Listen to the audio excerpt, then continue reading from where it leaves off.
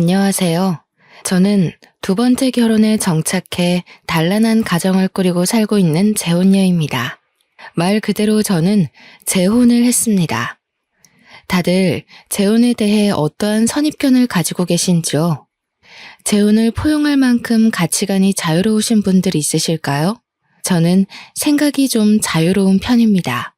제가 재혼을 했기 때문에 편드는 거 아니에요. 정말로 재혼이 왜 욕먹어야 되는지 몰라서 그렇습니다. 재혼이 범죄인가요? 왜 재혼 자체만으로 그걸 욕먹어도 마땅한 혼인이라고 보는 걸까요? 불륜도 어쩔 수 없는 인연이라고 개소리를 하는 세상에서 재혼이 왜 고개를 못 들 짓인가요? 단지 앞전 결혼을 실패했기 때문에 저 사람은 하자 있는 게 분명하다라고 생각하는 것도 이젠 그만두고 현실 속도에 따라가는 가치관을 배울 필요가 있지 않나 싶습니다. 재혼을 했기 때문에 겪는 불상사는 얼마든지 감안할 생각으로 재혼을 했지만 결단코 제가 새로 만난 시댁에 굽신거릴 필요는 없지 않습니까? 그런데 시댁에선 저를 자기들 손맛대로 주무르려고 하더라고요. 지금부터 재혼녀라는 이유만으로 제가 어떤 불리한 경험을 하였는지 들려드릴게요. 저는요, 이혼남 이혼녀라는 이유만으로 안 좋은 시선부터 보내는 사람들을 그다지 안 반깁니다. 솔직히 첫 번째 결혼에서 성공적인 인연을 이루었다고 말할 수 있는 사람 몇이나 되겠습니까? 100이면 100, 다들 결혼을 후회한 순간이 있을 거라고 봅니다. 본인은 이혼해야 할 만큼 고통을 받고 살면서도 내 몸 불살라 그 고비를 다 참아가며 그래도 이혼은 안 했다? 이게 그리 자랑할 만한 일인지 저는 사실 모르겠어요. 저는 재혼을 했기 때문에 재혼이 어떤 건지 너무도 잘 알고 있는데요. 이혼을 하지 않았다고 떳떳하게 말하는 사람들은 이혼을 하지 않은 게 아니라 할 용기가 없었던 게 아닌가 싶어요. 내가 사랑한다 생각해서 선택한 배우자와 지내다 보니 완전 상극인 걸 알았다고 칩시다. 내 선택이 틀렸다는 걸 인정하기 싫고 그 인연과의 연을 끊고 살 용기가 없어서 참고만 살았던 거 아닙니까? 재혼을 한 입장에서 저는 오히려 그런 사람들이 안타깝다고 봅니다. 그건 스스로를 무너뜨렸으면 무너뜨렸지 절대 나를 지키는 방법이 아니에요. 애초부터 상대에게 의지하기 위해 상대 없이는 못 살기 때문에 하는 건 결혼이 아니라 결혼으로 포장된 빈대가 아닌가 생각합니다. 이혼을 조정하려고 드리는 말씀이 아니에요. 적어도 내가 망가지는 걸 느꼈다면 나를 위해서라도 그 인연을 과감히 놓을 줄 알아야 된다는 걸 말하는 겁니다. 자식 때문에 그럴 수가 없다고요? 자식들은 과연 이혼 위기로 보이는 부모님을 보면서 그 상황에 행복할 수 있을까요? 부모님이 이혼 갈등을 겪는 건 자식들에게도 곤욕입니다. 이혼을 안 했다는 건 이혼을 미뤘다는 것일 뿐이에요. 실은 이혼하고 독립적으로 살아갈 용기가 없는 걸 다들 그렇게 포장하는 거잖아요. 저는 저의 행복을 위해 흔쾌히 재혼을 택했던 것입니다. 저한테 첫 번째 결혼은 실패가 아닌 어른이라면 겪을 수 있는 대인관계의 성장통이라고 생각해요. 성격 차이로 헤어진 첫 번째 결혼은 그냥 제가 그 남자랑 안 맞았다고 봅니다. 그 사람도 누군가에겐 최고의 연인이었을 수도 있죠. 저랑은 상극이었을 뿐이고요. 그렇게 이혼여임을 숨기지 않고서 여유를 가지며 살다 보니 두 번째 인연도 자연스럽게 찾아오더라고요. 두 번째 남자는 포장마차 사장님이었어요. 제가 결혼 때문에 잠깐 끊었던 혼수를 다시 즐기기 시작하면서 자주 가던 포장마차가 있었는데 거기 사장님과 대화가 잘 통해 말동무로 지내다가 사장님이 마음을 표시해 주어서 연인이 되었거든요. 사장님은 제가 본 남자, 여자 다 포함해서 가장 마음이 너그러운 사람이었고 그게 장사 마인드에서도 드러나서 손님들에게 주문 안주보다 더한 서비스를 마음 놓고 주는 사람이었습니다. 아마 그래서 제가 더 말동무로 포장마차를 자주 찾았던 것 같아요. 사장님이랑 있으면 저까지 마음이 부드러워지는 느낌이 있었거든요. 한 번은 손님이 시킨 안주보다 더 비싼 서비스를 내주는 사장님을 보고서 남는 게 있냐고 물은 적이 있었는데요. 사장님은 당연히 남는 게 있기 때문에 즐기면서 한다고 껄껄 웃더라고요. 사장님이라고 해봤자 저도 당시에 나이가 있던 처지였기 때문에 사장님이랑은 겨우 3살 차이밖에 안 났습니다. 사장님은 퇴근하고도 저와 흔쾌히 술친구가 되어주었는데 그 덕분에 이런저런 얘기를 다 했다 보니까 당연히 제가 이혼한 사정도 다 알고 있었어요. 그럼에도 저를 결혼 상태까지로 봐줬다는 게 고맙다가도 한편으론 미안하기도 했습니다. 제 입장에선 재혼이 죄라고 생각 안 하지만 초혼인 사람 입장에선 상대가 재혼이면 아무래도 자기가 2번째라는 인식을 할 수 있잖아요. 또 배우자와 같이 초혼인 경우와 혼자서 초혼인 경우는 또 완전히 다르니까요. 그래서 저는 만약 다시 결혼하고 싶은 인연을 만난다면 저 같은 돌싱을 만나려고 했습니다. 하지만 제 이혼 이력을 개의치 않아 하며 사람만 보고 끌렸다는 사장님의 고백 덕분에 저 또한 더 넓은 생각까지 갖게 되었어요. 그렇게 결혼한 저는 당연히 시댁과의 반대에 부딪힐 걸 알고 있었습니다. 제가 아무리 재혼에 대한 유연한 생각을 가지고 있다고 하더라도 아직까진 우리나라에서 재혼이 큰 하자잖아요. 더군다나 시부모는 어르신들일 텐데 요즘 젊은 사람들의 생각을 따라갈 수 있을 리 없지 않습니까? 그래요. 그것까지는 이해할 수 있었고 각오도 했습니다. 그런데 막상 결혼 인사를 드리러 갔더니 남편이 이미 나서서 시부모가 제게 입을 댈 수 없도록 손을 써놓은 것 같더라고요. 시부모가 제 개인 사정을 전혀 묻지 않고 그저 남편과 분가해서 잘 지내봤으면 좋겠다고만 말씀하시더군요. 시작부터 일이 제 입장을 생각해주니 저는 남편에게 더없이 고마웠습니다. 덕분에 저희는 결혼부터 분가까지 아주 수월하게 진행이 되었어요. 재혼 부부라고 보기엔 너무도 신혼 같았고 뭐 하나 트집 잡히는 게 없었죠.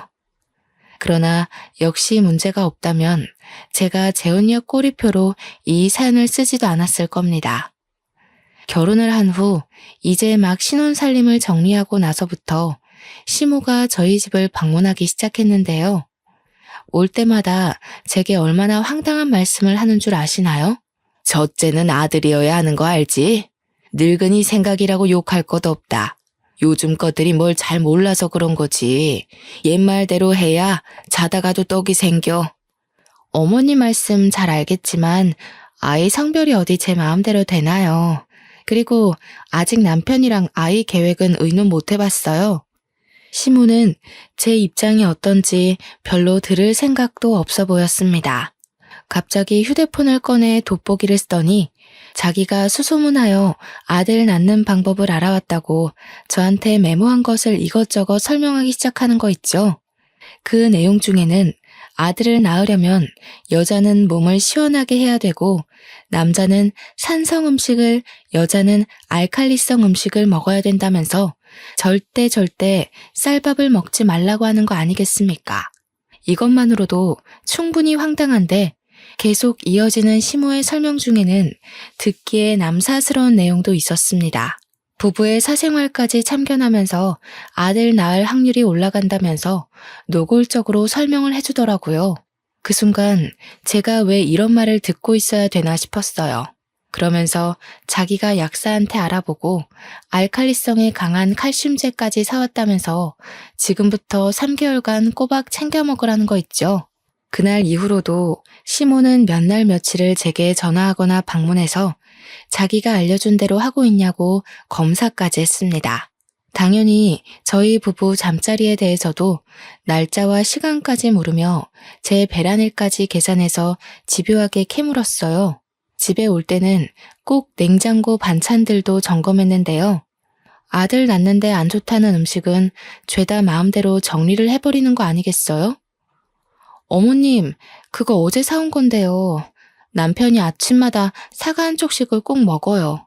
어머님께서 챙겨오신 것들은 죄다 기름진 것들 뿐인데 남편한테 이런 거 좀 부대껴서 아침 상에는 못 올려요. 못 먹긴 뭘 못 먹니? 내 아들인데 내가 잘 알지.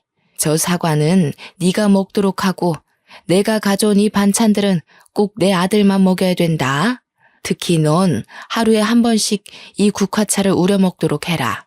그리고 옷이 그게 뭐니? 내가 집에서는 그런 두꺼운 겉옷 입지 말라고 했잖니. 시모가 저 쉬는 날 연락도 없이 갑자기 들이닥치는 바람에 잠옷을 갈아입지 못해서 아무 겉옷을 걸쳐 입은 거였거든요. 그런데 그걸 확 벗겨버리는 거 아니겠어요? 저는 시모 힘이 그렇게 센 줄 몰랐습니다. 심지어는 어디서 이상한 물건을 사와서는 집안 구석구석에 배치해 놓더니 저더러 하루에 한 번씩 그 물건들을 보면서 아들 낳게 해달라고 기도까지 하라고 하더라고요. 한두 번도 간섭하는 것도 아니고 저희 부부가 임신 계획을 해서 임신이 진행될 때까지 그럴 작정으로 보였습니다. 이건 제가 임신을 하고 싶어도 스트레스 받아서 임신이 안 될 지경이었어요. 시모가 아들 손주 보고 싶어 하는 건 알겠는데 그건 하늘에서 정해주는 거잖아요. 이런 말도 안 되는 근거들로 인해 생기는 게 아닐 텐데 허황된 미신을 믿는 시모가 한편으론 한심하기도 했습니다. 집에 하나둘씩 못 보던 물건이 생기니 초반에는 신경 안 쓰던 남편이 끝내 모형 인형 같은 것들이 뭐냐고 물을 때가 있었는데요. 저는 괜히 남편과 시댁 사이에 트러블이 생길 걸 피하고 싶어 그동안 말을 아끼고 있었거든요. 그런데 몇 달째 시모한테 시달리고 있으니 그만 남편한테 알려야겠더라고요. 아, 그거 어머님이 첫째는 아들이어야 된다고 아들 낳는데 좋다는 물건들이래. 처음엔 한두 개 사오시더니 집에 올 때마다 매번 다른 걸로 사오신 거야. 뭐? 그런 게 어딨어. 보기 껄끄럽게. 사람 사는 집에다가 무슨 저런 것을 놔뒀대? 엄마가 또 쓸데없는 거 듣고 와서 자기 못 살게 굴었나 보네. 인형이 한두 개가 아닌데 그동안 이만큼이나 시달리면서 왜 말 안 했어? 그냥 괜히 자기랑 어머님 사이 불 붙이고 싶지 않아서. 그런데 점점 심해지시니까 좀 곤란하긴 하다. 어머님이 자기 좋아하는 나물 반찬도 다 갖다 버리셨어. 자기 보고 산성 음식만 먹으래. 자기 소화기관 안 좋아서 기름진 거 자제해야 되는데 어떡하지? 예상대로 남편은 시모에게 화가 많이 난 얼굴이었습니다. 남편은 결혼을 하고 나서도 제가 재혼녀라는 이유만으로 상처받지 않도록 엄청 신경 쓰는 사람이었는데요. 시모가 제게 입질을 한 걸로 모자라 임신 부분에서 스트레스를 주고 있었다는 사실을 알자 열이 많이 받은 듯 했습니다. 제가 사소한 부분에 대해서도 설명 들었다고 하니까 남편은 더 참지 못하고 시모한테 전화를 걸어 따졌어요. 그 때문에 한동안 시모의 걸음이 뚝 끊겼고 연락도 함께 끊어졌습니다. 남편은 시모가 사다 놓은 이상한 모형 인형과 반찬 등 말도 안 되는 미신이 깃든 흔적 모두를 전부 내다버렸습니다. 시모가 사다 줬던 약까지도 빠짐없이 전부 다요. 남편과 시모가 다툰 것은 마음이 불편했지만 그래도 그것들이 눈에만 안 보이니까 제가 좀 숨을 쉴 수 있겠더라고요. 마음이 평온해졌기 때문일까요? 스트레스의 원흉이 사라지자 놀랍게도 저는 임신을 하게 되었습니다. 임신이 되었을 때까지도 시댁에선 제게 간섭하는 것이 없었어요.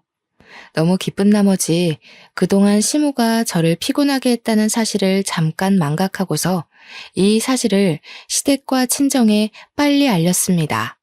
그런데 아니나 다를까 그때부터 시모가 제게 다시 슬슬 입을 대기 시작하는 거 아니겠습니까? 태몽은 누가 꿨니? 어떤 꿈이었어? 너 그동안 내가 시키는 대로 했지? 내가 준 약은 임신하기 전 3개월 정도까진 꾸준히 복용했어야 했는데 똑바로 지켰니? 아, 어머님, 손자 보고 싶은 마음은 알겠는데요. 저희는 그냥 운명에 맡기려고요. 남편도 딸이든 아들이든 상관없이 다 좋다고 했거든요. 그래서 약도 끊은 지 오래됐어요. 아이고, 나 못 산다. 딸은 무슨 딸이야? 안 된다니까 그러네. 내 손주는 무조건 첫째가 아들이어야 돼. 장남이 들어서면 너한테도 좋은 건데 왜 말을 안 듣니? 어머님, 이런 게 고집 부린다고 될 일이 아니잖아요. 딸이든 아들이든 다 제 자식이니까 이제부턴 제가 알아서 할게요. 그리고 어머님 목소리가 너무 크셔서 태교에 많이 안 좋을 것 같아요. 앞으론 신경 꺼주세요. 그때 제 전화통화가 나름 저의 솔직한 감정 표현이었습니다. 시모의 간섭을 듣자마자 지난날의 스트레스까지 겹쳐져 한꺼번에 숨통이 막혔는데 저 때문에 자칫 뱃속의 아이한테까지 피해가 갈까봐 시모를 만나는 것도 싫더라고요. 다행히 남편의 입김 때문에 시모가 저희 집에는 찾아오지 않았어요.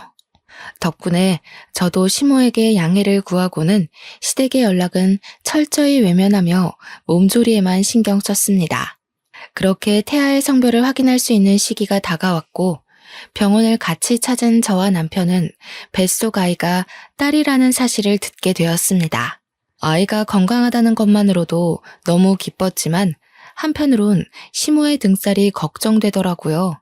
그런데 저와 달리 남편은 정말 많이 행복해했어요.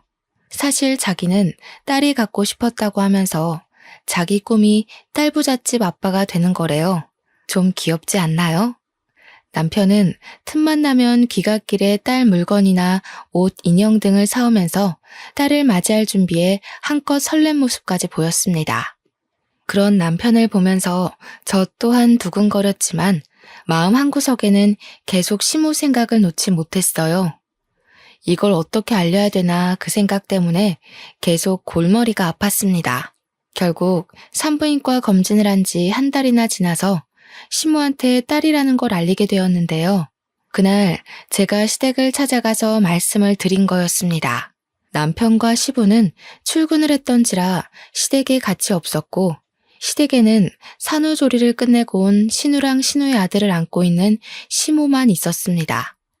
제 뱃속의 아이가 딸이라는 걸 밝히자마자 시모가 시조카를 바로 내려놓더라고요.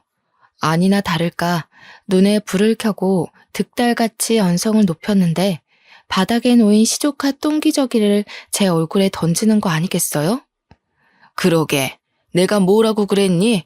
진작에 내 말대로 했으면 아들을 가졌을 거 아니야. 네 신우 봐라. 내가 시키는 대로 했더니 금쪽 같은 아들을 낳은 거 안 보여? 어머님, 도대체 딸이 어떻다고 이러세요? 똑같이 귀한 자식이에요. 그러는 어머님께서 낳은 형님도 딸인 건 마찬가지 아니에요? 장녀 아니에요? 그럼 어머님도 집안 망신시킨 꼴인 거네요? 어머님도 첫째 애로 형님 낳으셨으면서 왜 이렇게 장남에 집착하세요? 어머머, 얘 봐라. 얘가 뭐라는 거야? 희원아, 얘 지금 뭐라는 거니? 한번 갔다 온 주제에 그깟 아들 하나 못 낳아서 내 자식한테 2번이나 흠을 만들어 놔? 내가 너 같은 애를 순순히 받아들인 이유가 왜겠니? 그래도 한번 갔다 왔으면 고분고분 수그릴 줄 알아야지. 그러게 옳게. 아무리 시건방져도 그렇지. 어떻게 시어머니 되는 사람한테 대들어? 전에 시댁에서도 이랬어? 그래서 이혼당한 거지. 역시 재혼하는 사람들이 다 그렇지. 순진한 내 동생 꼬드겨서 다시 살림 한번 펴보려고 한 것 같은데 결국 똑같은 이유로 내 동생한테 이혼당할 거야. 행동 조심해. 아들, 딸 얘기하다가 갑자기 제 재혼 얘기는 왜 나온 거죠? 애초에 아들, 딸 문제로 이런 다툼이 생겼다는 것 자체가 저는 이해할 수 없었어요. 기가 막혀서 저는 참지 않고 신우한테도 대들었습니다. 지금 뭐라고 했냐고, 왜 잘 알지도 못하는 남의 인생사 함부로 말하냐고 고함을 쳤더니 신우는 뻔뻔하게 고개 쳐들고서 저를 비웃는 거 아니겠어요? 그럼 그렇지. 사고 친 인연들 보면 다 불륜녀나 이혼녀, 재혼녀더라. 어쩌다가 내 동생이 올케 같은 혜진 여자한테 넘어갔는지 모르겠는데 올케가 지금 당당할 입장은 아니야. 뭐라고요? 혜진 여자? 이 집 사람들은 뭘 얼마나 잘난 삶을 살고 있길래 저한테 그런 식으로 말하는 거예요? 하긴 입에 걸레 문 사람이 잘 살아봤자 얼마나 잘 살아왔겠어요. 입에 걸레 문 사람? 올케 미쳤어? 나 올케한테 형님 되는 사람이야. 아무리 개념이 없다고 해도 그렇지 어떻게 예의 없이 그딴 말을 해? 이것 봐. 결혼 실패했던 여자들은 다 이유가 있다니까. 신우가 저를 앞에 두고 막말을 자꾸 하잖아요. 제가 그런 모욕을 듣고 있을 이유가 없지 않습니까? 더 이상 화를 참을 생각도 없던 저는 겨우 1살인 신우 아들 앞에서 신우에게 달려가 머리채를 잡고 흔들었습니다. 옆에서 깜짝 놀라 소리 지르던 시모는 우왕좌왕하다가 당장 남편한테 전화하더라고요. 남편한테 제가 미친 짓 한다고 고자질하기 바빴어요. 저는 남편이 오는 15분가량의 시간 동안 신우와 서로 머리채를 붙잡고 싸움을 멈추지 않았습니다. 그 사이 신우는 정말 입에 담기도 민망한 쌍욕을 무수히 많이 했어요. 아들을 앞에 두고 그러고 싶은지 말도 안 나오더군요. 한참 지지고 못 갔을까 신우가 하필이면 발을 올렸고 그걸 피하느라 신우 머리를 잡고 있던 손을 놓아버렸네요. 그래서 신우는 엉덩방아를 찌으면서 요란하게 넘어졌는데요. 다행히도 때마침 남편이 문을 따고 들어왔고 남편은 들어오자마자 저만 먼저 살폈어요. 조심히 배를 안고 있는 저를 부축해 주었죠. 뭐 하는 짓이야? 이 사람 지금 뱃속에 아기가 있다고. 그걸 아는 사람이 아내를 몰아세운다는 게 정상적인 행동이야? 제발 누나가 책임질 수 있는 행동만 하라고. 뭐야? 지금 누구 편을 드는 거야? 먼저 잡은 건 저 여시가 먼저 그랬어. 내가 계속 당하다가 겨우 뻗은 발이었는데. 저거 분명 버릇 나빠져서 이혼 당한 걸 거야. 너처럼 오냐오냐 다 들어주니까 신우 무서운 줄 모르고 나대잖아. 빨리 제 전남편 찾아가서 물어봐. 그래, 맞다. 그리고 떨어지면 오히려 잘 된 거 아니니? 그래봤자 들어있는 게 딸일 뿐인데 이참에 다시 아들 준비하면 되고 좋지 뭘. 재혼 꼴이 달고 왔으면 손주라도 우리가 원하는 아들로 낳아야 될 거 아니겠어? 시모와 신우의 막말에 제가 다시 어떻게 해보려고 일어났는데 되레 저는 더 잠자코 있을 수밖에 없었습니다. 남편이 신우한테 다가가 신우의 뺨을 때렸기 때문이죠. 신우는 남편 힘에 밀려서 자기 아들 옆으로 완전히 꼬꾸라져 버렸습니다. 저도 놀랐는데 시모랑 신우는 자기들 핏줄이 그러니까 얼마나 놀랐겠어요. 상종 못할 인간들. 한 번만 더 내 와이프랑 내 딸한테 손대고 입대면 나 그땐 이 집 호적에서 나올 거야. 장남이 뭐 돼수야? 장남인 아빠도 내 결혼에 대해서 아무 말도 안 하는데 왜 어줍잖은 당신들이 난리야. 뭐? 아들아, 네가 어떻게 엄마한테 그런 소리를 할 수가 있어? 고작 저런 여자 하나 때문에 엄마를 협박해? 전현이 사주한 거지. 그렇지? 조용히 하세요. 평생 내 얼굴 안 볼 생각이면 계속해서 내 가족 건드려봐. 나 절대 그냥 하는 소리 아니야. 내 딸 손대는 순간 누나 아들도 잘못될 줄 알아. 남동생의 협박에 놀란 건지 신우는 남편의 말에 눈물까지 보이면서 억울했습니다. 저는 남편의 부축을 받고 그대로 시댁을 빠져나왔어요. 혹시나 싶어 남편이 산부인과로 저를 데려가서 딸아이가 괜찮은지 확인까지 하더라고요. 이상 없다는 전문의의 말을 듣고 나서 남편은 제게 마음 놓고 사과를 했어요. 우리 엄마랑 누나가 옛날부터 좀 간섭이 많은 사람들이었어. 자기 재혼에 대해서도 자꾸 트집 잡으려길래 나름 내가 찍소리 못하게 해놨는데 이런 수모 겪게 해서 미안해. 내가 아빠랑 상의해서 다시는 당신 옆에 얼씬 못하게 해줄게. 남편의 진심 어린 사과가 너무 고마웠고 든든했습니다. 남편의 잘못이 아니잖아요. 그래서 남편에겐 다른 원망은 없었어요. 남편이 시댁한테 당하는 제 사정을 모르는 것도 아니었고 나 몰라라 하는 것도 아니지 않습니까? 그런 남편이 저를 지켜주고 있었기 때문에 저도 굳건히 버틸 수 있었던 겁니다. 그래서 시모랑 신우가 저한테 더 이상 손을 못 댔냐고요? 그건 또 아닙니다. 그 둘은 오히려 더 열이 받아서는 남편이 제 게임에 넘어갔다고 생각해 저를 확실히 구워 삶으려고 작당을 하기 시작했어요. 저는 출산을 하기 전까지 몇 번이나 시댁 식구들 때문에 유산의 고비를 넘겨야 했습니다. 한 번은 시모가 남편을 통해서 여자 몸에 좋다는 한약을 선물하더라고요. 절대 이럴 사람이 아니기에 저는 끝까지 의심의 눈을 거두지 못했죠. 결국 저는 곧장 한약 봉투에 표시된 한의원을 찾아가서 시모가 대체 어떤 약재를 써서 만들었는지 물어보기까지 했습니다. 네, 여자한테 좋지 않은 한약이 맞다고 하더군요. 그래서 한의사가 시모한테 절대 가임기 여성에게는 음용하지 말라고 몇 번이나 말했다고 합니다. 하지만 시모는 자기 아들 거 짓는 거니까 걱정하지 말라고 했대요. 두 모녀는 끊임없이 저를 공경에 빠뜨렸습니다.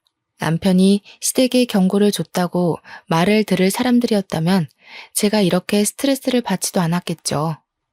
그래도 그 경미한 위험들이 제 앞에 닥칠 때마다 저는 하늘이 도운 건지 다행히도 운 좋게 고비를 넘겨왔는데요. 딱 한 번 불운을 피하지 못해 정말 위험할 뻔했던 적이 있었습니다. 그들을 도무지 용서를 해선 안 되겠다고 마음을 먹은 날이기도 했죠. 한날 장을 보고 횡단보도를 건너가던 중이었는데요. 갑자기 신호를 무시하고 달려드는 차 때문에 깜짝 놀라서 발을 헛디뎠거든요. 그때 하필 남산만 했던 배로 중심이 쏠리는 바람에 주위 사람들이 황급히 달려와 저를 도와주었습니다.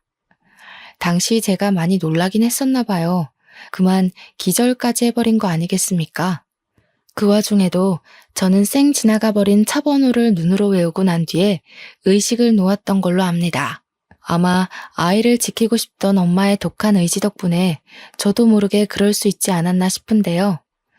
그 순간 발휘한 기지가 훗날 제게 역전의 기회를 안겨준 중요한 키가 되기도 했어요.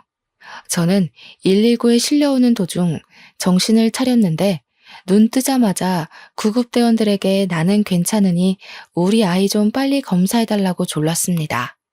그래서 아이를 먼저 확인했고 다행히 아이는 무사한 걸 들었습니다. 아이가 씩씩하게 잘 견뎌준 것이겠죠. 그제야 마음이 놓인 저는 남편에게 연락을 넣고 병실에서 멍 때리고 누워 있었습니다. 그동안 제 주변을 도사리고 있던 아찔한 순간들이 머릿속을 훅훅 지나가더라고요. 이혼 여인 저를 거절 한 번 없이 허락해줬으니 무조건 손자를 낳아야 한다는 시모 말이 계속 머릿속을 맴돌았어요. 차라리 그만한 이유라도 설득력이 있는 까닭이라면 제 나름대로 이해를 해보겠다만 언제 한번 시모한테 왜 꼭 아들이어야 하냐고 물은 적이 있거든요. 그런데 시모 말이 아들 낳는데 이유가 어딨냐고 그건 당연한 일이라고 하는 거 있죠. 그러는 본인은 딸을 첫째로 가져놓고 왜 자꾸 저한테 그런 억측을 부리는지 모르겠습니다. 뒤늦게 뛰쳐온 남편은 제가 괜찮은 걸 눈으로 확인하고 의사까지 불러서 제 상태를 제대로 듣고 난 뒤에야 안심을 했습니다. 제 앞에 무릎을 꿇더니 또다시 시댁 대신 사과를 하였어요. 당신은 잘못 없다니깐. 어린애들이 하는 장난질도 어른이 감당 못할 때가 있는데 다 큰 성인들이 그러는 걸 당신이 어찌 알고 맞겠어. 당신이 자꾸 시댁 대신 사과를 하면 난 그게 더 마음 불편해. 솔직히 어머님이랑 형님 용서 못하겠는데 당신이 이러면 내가 용서해야 될 것 같단 말이야. 그렇지. 거기까진 생각 못했다. 그래도 미안해. 내가 더 주의를 기울였어야 되는 건데. 정말 엄마랑 누나가 이렇게까지 나올 줄 몰랐어. 내가 생각해도 이건 사람 짓이 아니라고 봐. 그날 남편은 제 손을 잡으면서 심지를 단단하게 굳혔어요.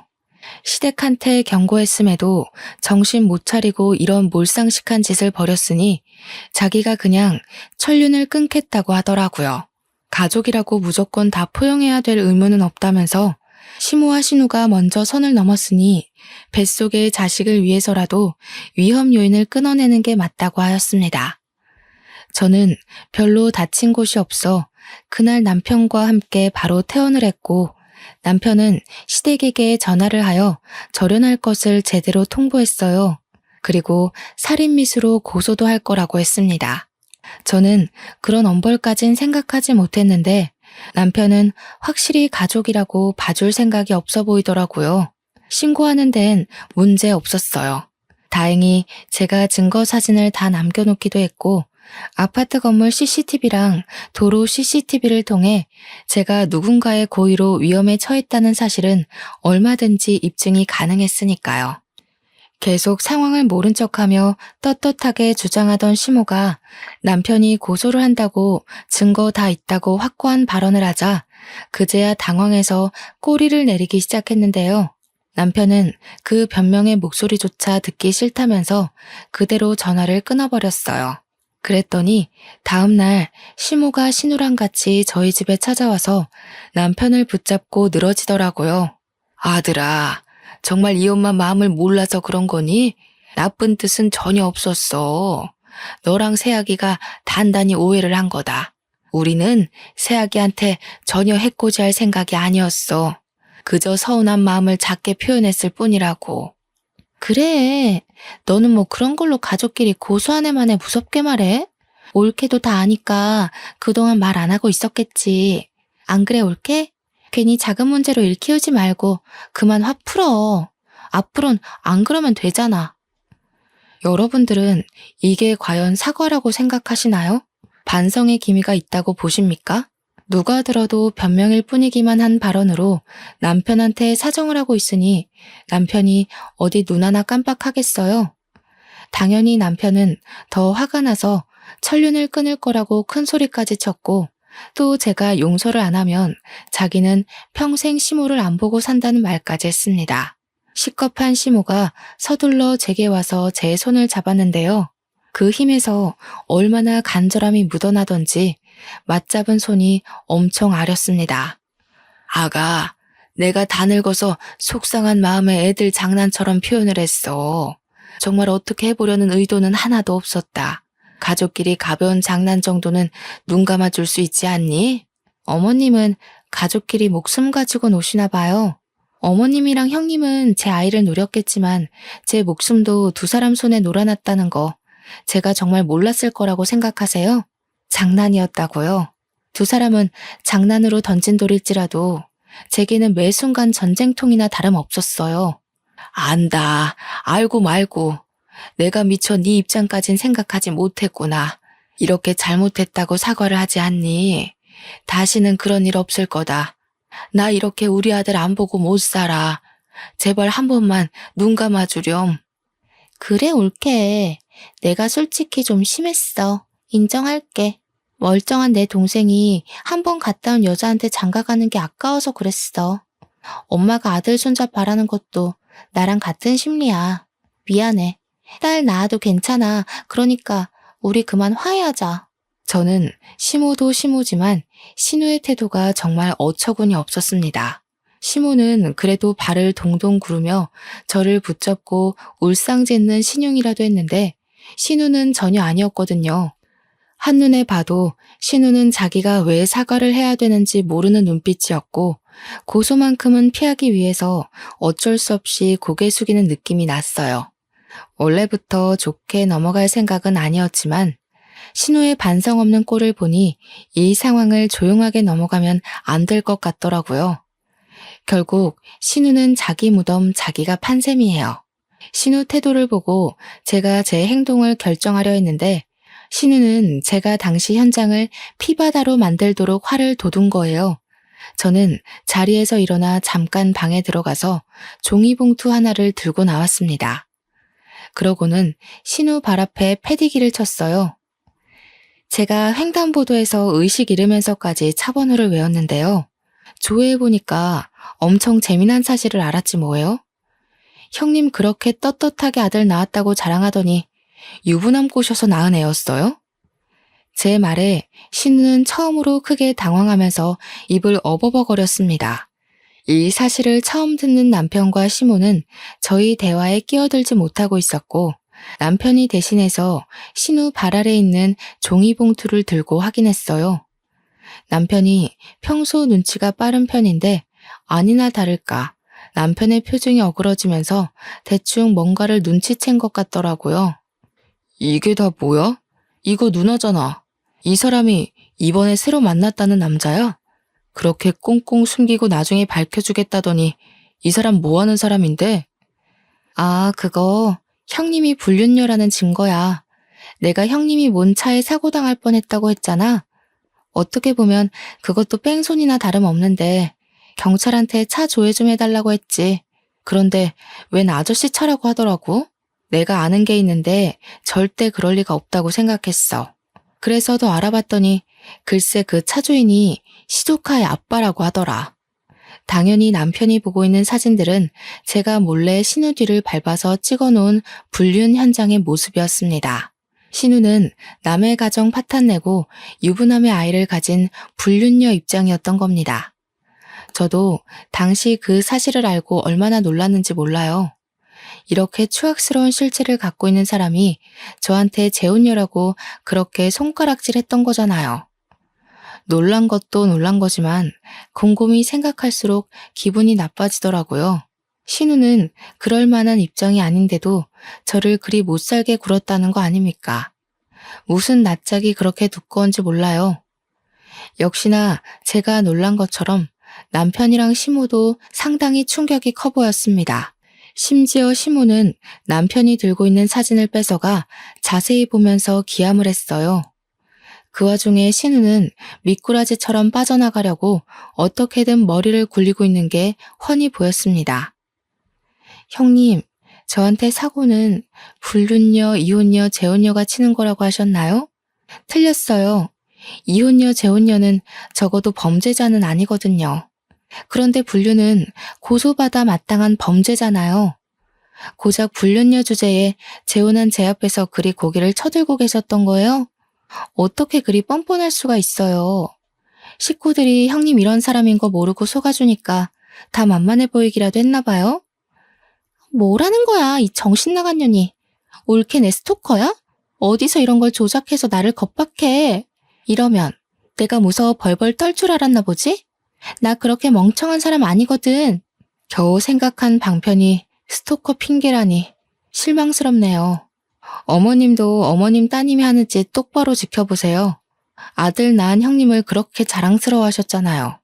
겨우 불륜녀가 낳은 손자를 둔 셈인데 어떡해요? 동네방네 손자 자랑할 수 있겠어요? 손자 자랑 전에 불륜녀 엄마라고 소문 먼저 날 텐데 괜찮으실지 모르겠네요. 제 말에 시모는 얼굴이 시뻘개져서 신우를 노려봤습니다. 제 앞이라 쪽팔린지 차마 딸에게 쓴소리는 못하더라고요. 배신감에 치를 떨면서 소파에 덩그러니 누워있는 시조카까지 노려보는 거 아니겠어요?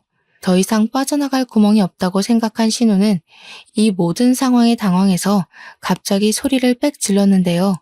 자기는 불륜이 아니라고 사랑이고 운명이라면서 본처가 자기들 사이 갈라놓고 있는 거라고 증거 사진들을 갈기갈기 찍기 시작하더군요. 신우의 숨통을 조일 수 있는 귀한 증거인데 제가 원본을 줬을 리 있겠습니까? 헛짓하고 있는 신우에게 그거 다 휴대폰에 저장된 사진이라고 하니까 신우는 그제야 제 앞에 무릎을 꿇고 울며 불며 애원을 하더라고요. 올케, 이거 밝혀지면 나 그 사람한테 외면당해. 제발 부탁이야. 그 사람 합의 이혼하고 나한테 온다고 했단 말이야. 이거 들통나면 우리 아들은 아빠 없이 커야 돼. 형님은 그런 말 할 자격이 없어요. 남의 집 자식 아빠를 뺏은 사람이잖아요. 못 모르는 시조카 입장은 안타깝지만 제가 방금 그분 본처한테 연락을 넣었어요. 형님 같은 사람이 행복한 가정을 꾸리고 산다면 남겨진 그 집 가족들한테 너무 잔인한 일이잖아요. 불륜을 저지르면 그 대가가 불행이라는 거 시조카도 똑똑히 알아야죠. 저는 신우 앞에서 휴대폰을 들이밀며 처음 보는 번호로 그 사진들을 전송한 걸 보여줬습니다. 신우는 다시 얼굴색이 돌변하더니 제 휴대폰을 바닥에 냅다 집어던졌어요. 그러고는 울분에 차서 저를 노려보는데 자기 폰으로 불륜남이 전화가 오기 시작하자 사색이 되더라고요. 불안에 떨며 전화를 받고는 자기야 하면서 변명을 막 하는데 제가 본 사람들 중 가장 못나고 찌질해 보였습니다. 어쩜 시모도 신우도 이런 식으로밖에 못 살았을까요? 남편 위로 저런 사람이 둘이나 있는데 남편은 저들과 달라서 얼마나 다행인지 모릅니다. 난장판인 시댁 식구를 보면서 한심한 마음에 혀를 내두르고 있던 차 남편이 알아서 그들을 쫓아냈습니다. 남편은 문을 닫기 전에 그 두 사람에게 딱 한마디 엄포를 남기더라고요. 연락할 때까지 다신 얼씬도 하지 말라고 말입니다. 시무랑 신우를 본 건 그때가 마지막이었어요. 2달이 지난 지금까지 만난 적이 없네요. 출산하기 전에 그들을 떼어낼 수 있어서 천만 다행이라고 생각합니다. 출산 내내 험난한 시간을 보냈는데 그게 출산 임박까지 이어졌다고 생각해보세요. 그래서 우리 아이가 잘못되었다면 저 정말 시무랑 신우의 숨통을 졸랐을지도 모릅니다. 다행히도 하늘이 알아서 나쁜 인간들을 떼어내주지 않았습니까? 출산 임박해서 그 2사람을 정리했잖아요. 모든 게 다 고마운 상황이었지만 그 와중에 특히 고마웠던 건 못난 엄마의 불찰에도 그 모든 걸 씩씩하게 잘 버텨준 우리 딸에게 고마울 따름이에요. 제 아이는 너무도 무사하고 건강하게 태어났습니다. 저와 남편은 그제야 가정다운 가정을 살면서 딸에게 최선을 다하는 부모가 되려고 노력 중에 있어요. 그리고 제 딸이 여자아이치곤 좀 독특한 부분이 있었는데 예쁜 인형을 좋아하기보단 주로 칼 장난감을 가지고 노는 걸 좋아하더라고요. 얼굴은 예쁘게 생겨가지고 남편이 사준 인형들을 세워놓고 칼을 휘두르며 노는데 얼마나 장군 같은지 모릅니다. 남편이 인형놀이 하라고 사준 선물들은 전부 딸의 전쟁놀이를 즐겁게 만들어주는 적군이 되어버렸어요. 그럼에도 남편은 그런 딸마저 사랑스럽고 예쁘다며 시간 날 때마다 딸이랑 놀아주려 하더군요. 사이좋은 부녀를 보면서 저는 그간의 스트레스를 싹 잊어가고 있는 중입니다. 그리고 시댁 사정은 전과 다를 게 없었어요. 여전히 제 눈에 코빼기도 안 보였고 근근히 소식은 들렸지만 명절조차도 마주할 수 없었습니다. 이게 다 남편이 제 편의를 봐줬기 때문이죠. 제가 그런 몰상식한 시댁을 안고서 결혼 생활을 이어갈 수 있는 이유도 전부 남편의 덕이라고 봅니다. 가끔씩 시부만 저희 딸을 만나러 신혼집에 방문하고 있는데 시부 말 들어보니까 시무가 늘 같이 동행하고 싶다 하는 것 같다더라고요. 시부가 한 번씩 남편한테 슬쩍 시무 얘기를 물어보곤 하는데 그때마다 남편이 단칼에 거절하는 바람에 시무는 아직도 저희 신혼집 동네조차 못 밟아보는 중입니다. 시부는 한 번씩 더 보는 것 말고는 저희에게 화해할 것을 딱히 강요하지는 않았습니다. 시부도 신우와 시모의 행적을 들었을 테니 감히 눈 감아주라고 언급하지 못하는 거겠죠. 그래서 그저 제 딸의 사진이랑 동영상만 찍어 시모한테 보여주는 걸로 만족하고 있어요. 또 신우는 제가 신우 불륜남의 본처에게 증거물을 죄다 보내줘서 상간녀 소송을 당했다고 하더라고요. 죗값을 받으라고 일부러 본처에게 알린 것이기 때문에 신우가 어떻게 되었는지 괜찮은지 딱히 안부가 궁금하진 않았습니다. 다만 저 때문에 아빠 없이 커야 하는 시조카의 사정은 마음 한편에 계속 걸려 있어요. 부디 신우가 죗값 치른 이후로 자기 죄를 반성하고 시조카에게 부끄럽지 않은 엄마가 되었으면 좋겠네요. 보통은 이런 개첩한 시댁이라면 2번째 이혼도 마다하지 않고 했을 법한데 여태 들려드렸다시피 제 남편이 너무 진국인 사람이에요. 지금도 제가 이 글을 쓴다고 딸내미랑 둘이 자리를 피해줬는데 뭐하고 노는 줄 아세요? 아이가 6살 이전까지 촉각놀이를 하면 건강한 사고력을 가진다는 걸 공부해와서는 거실에서 밀가루 파티를 벌이고 있어요. 제가 육아 때문에 잠깐 휴직 상태인데 남편은 일까지 하면서도 저보다 육아에 더 신경 쓰고 공부를 해요. 그렇다고 저한테 소홀한 것도 아닙니다. 남편이 요리에 일가견이 있어서 포장마차를 운영한 것도 있었는데 자기가 집에 있는 날에는 자기가 식사 준비를 하려고도 해요. 제가 이런 사람을 두고 어떻게 다른 생각을 하겠습니까? 저는 남편을 만나 너무 행복해요. 시댁이 그런 사람들일지라도 남편 때문에 이겨내고 싶을 만큼 남편을 사랑합니다. 앞으로 제 삶에서 다른 인연은 없을 거예요. 저를 위해 살려고 노력했기 때문에 제가 완벽한 제 짝을 만나지 않았나 싶습니다. 나랑 잘 맞는 사람을 찾는 건 참 힘들다는 거 압니다. 결혼을 겨우 2번째 만에 성공한 저조차도 복권 당첨이나 다름없다고 생각하고 있어요. 이게 서로 존중하는 마음이 참 중요한 것 같아요. 상대방을 나로 생각하면서 내가 받고 싶은 대우만큼 상대방을 대우해준다면 잘 맞는 사람을 찾는 게 꽤 금방일지도 몰라요.